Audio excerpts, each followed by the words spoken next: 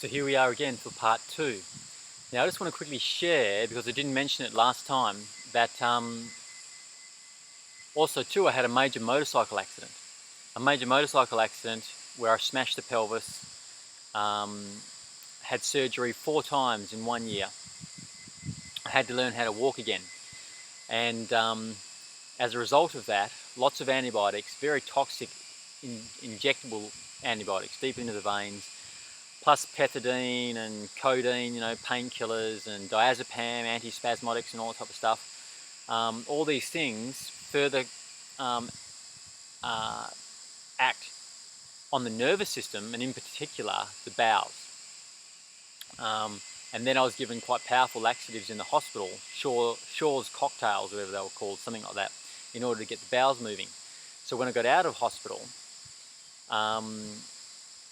that's when I started to develop a dependence on the laxatives to keep my bowels moving, especially because I was back in the gym again trying to rehabilitate myself from the damage that I'd done to my pelvis and the musculature around my pelvis, which had been fractured. Literally, the right iliac crest had been busted off.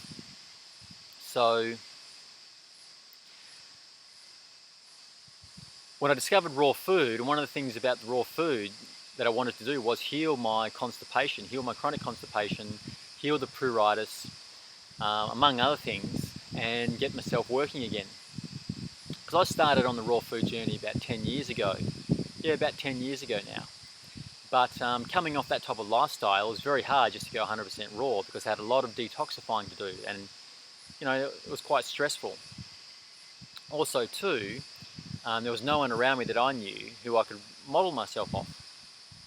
So I was pretty much flying blind.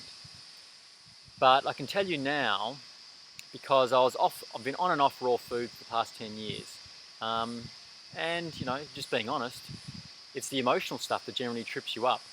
Also too, you don't quite know what you're doing. You're not getting enough calories, the right type of nutrition. You're having too much of one thing and not enough of another thing, and eventually you fall off the wagon. But usually it's the emotional stuff that trips you up.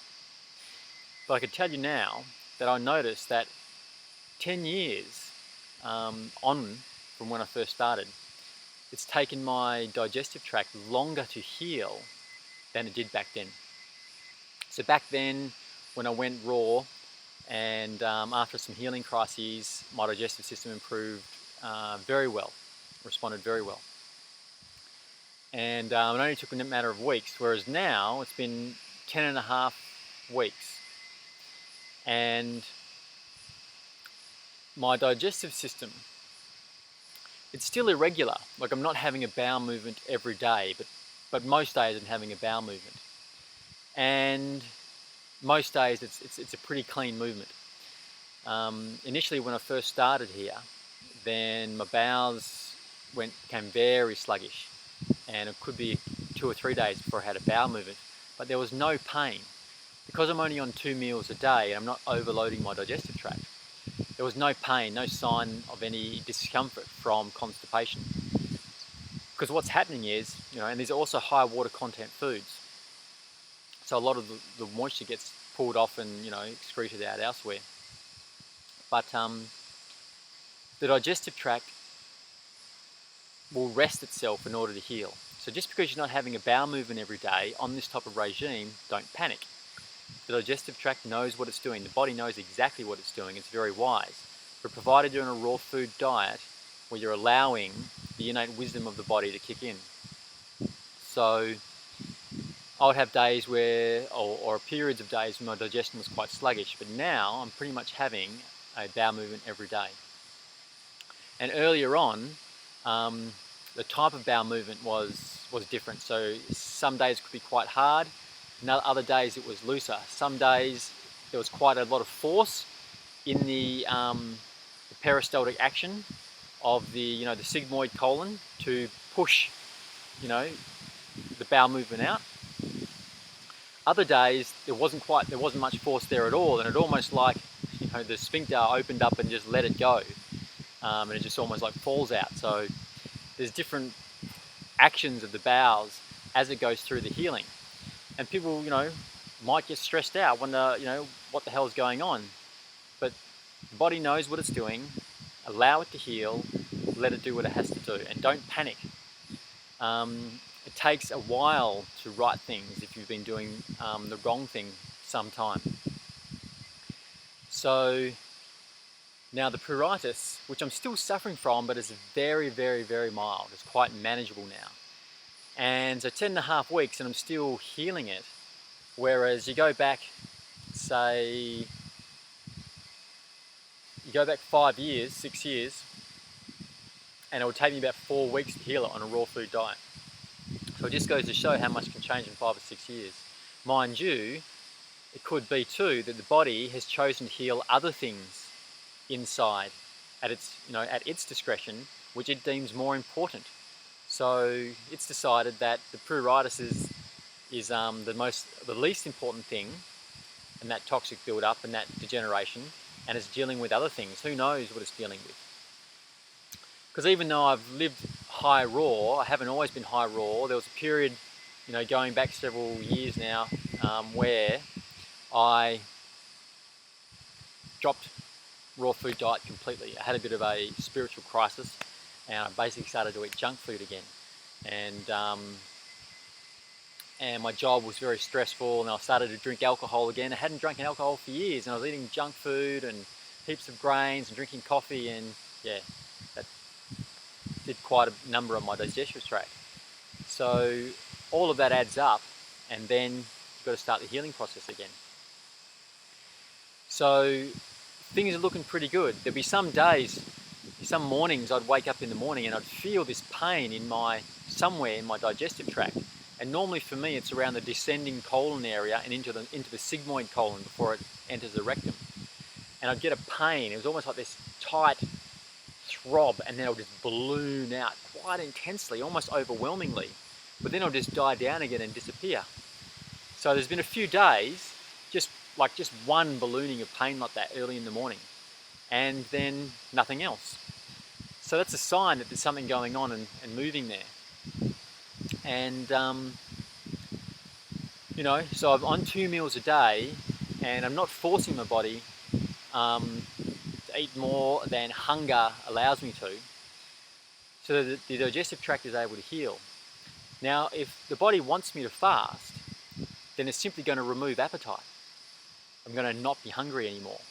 So remember, hunger is felt here in the throat. If you don't know what I'm talking about, go back and watch my video. I think it's day 10, the difference between true hunger and false hunger. But I'm eating according to hunger. Now, and that's why I haven't fasted yet, because the body is demanding nourishment. And I'm out about the farm, so I'm working, growing your own food. That requires work, and so my body's being stimulated and I'm getting some type of activity.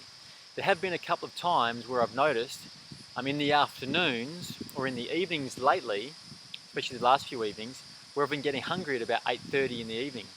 In which case I've just had 2 or 3 dates. Just 2 or 3 dates because I'm hungry in the throat. That's true hunger, and that's satisfied it. Going back several weeks when I was hungry in the afternoon after lunch, and I'd have 1 or 2 small sugar bananas, and that satisfied it. But after a week or so, 1 to 2 weeks of doing that, my body said enough sugar bananas. Couldn't have sugar bananas anymore. That I felt sick just thinking about eating them. So I had a break for about a week, then I could start eating bananas again. And I'm only having 1 or 2 bananas a day. At the moment they're those plantains, so they're quite large fat bananas. A bit starchier, not quite as sweet, but they're all right, homegrown here. So I'm hoping you're following this and it's all making sense. So it's taken 10.5 weeks for my digestive tract to get here. There's still healing to go, and I'm yet to see if the body demands a fast yet by removing appetite. But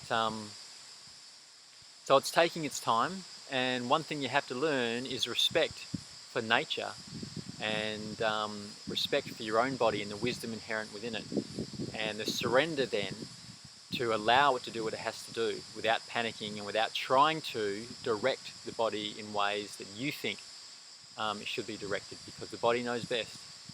The wisdom in the body far exceeds our human comprehension. So you interfere with it at your own peril.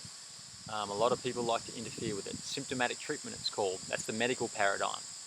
However, you've got to give the body true nourishment. That's the nourishment it demands, and it'll only know what nourishment you will only know what nourishment the body needs is when you eat natural foods as close to the natural form as possible, so that your senses relate to them and you can choose them unerringly. So there's food for thought. That's where I am in my own healing process, and that's why I'm on 2 meals per day and giving my digestive tract lots of rest.